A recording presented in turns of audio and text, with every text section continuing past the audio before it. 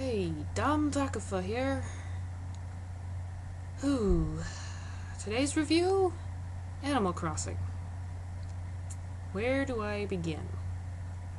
Now, I know this game is not exactly the most exciting video game ever made, but still, I like it, sort of.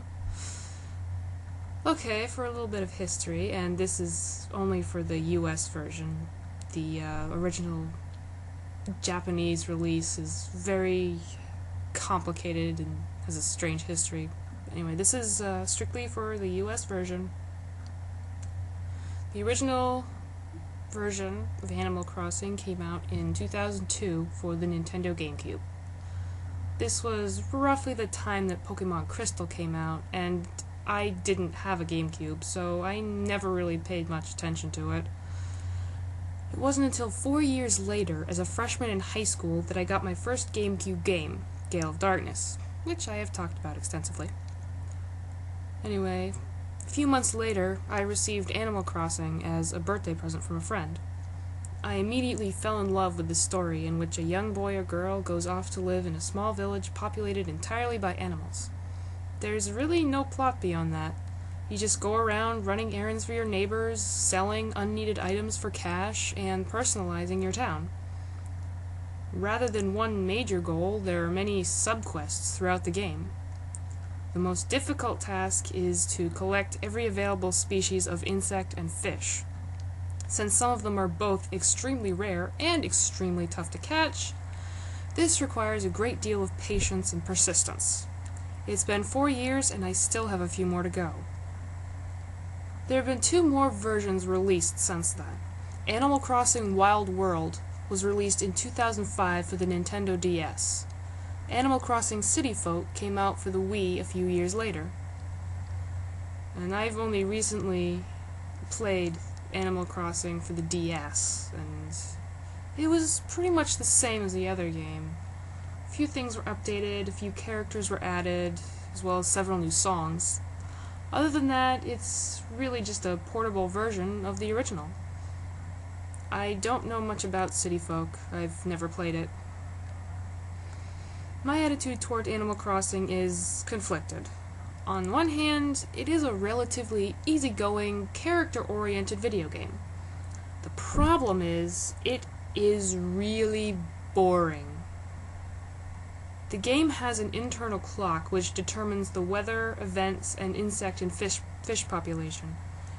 In between events, there's not much to do besides hunting the same bugs and fish, running errands, finding new furniture, and planting fruit trees.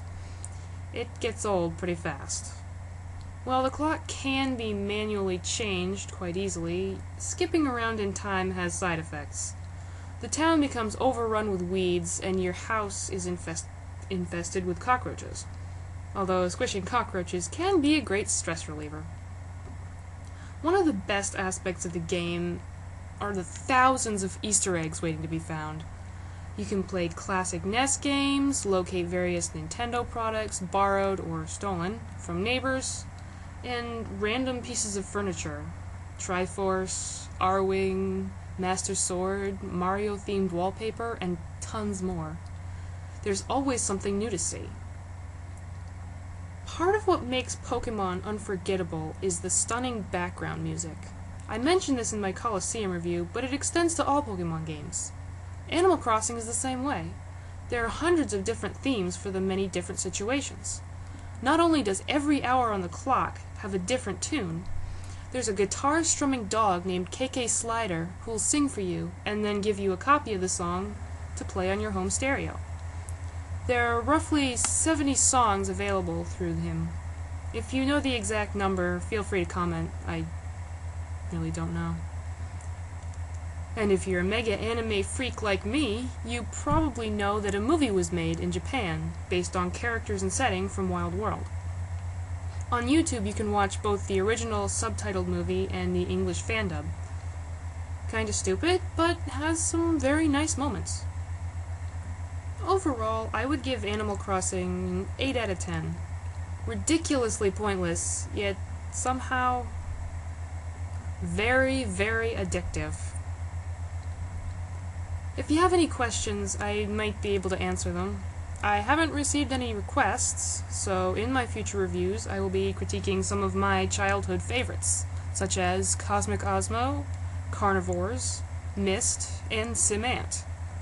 However, since we are fast approaching the release of Heart Gold and Soul Silver, my next review will be on the original Pokemon Gold and Silver versions. Stay tuned.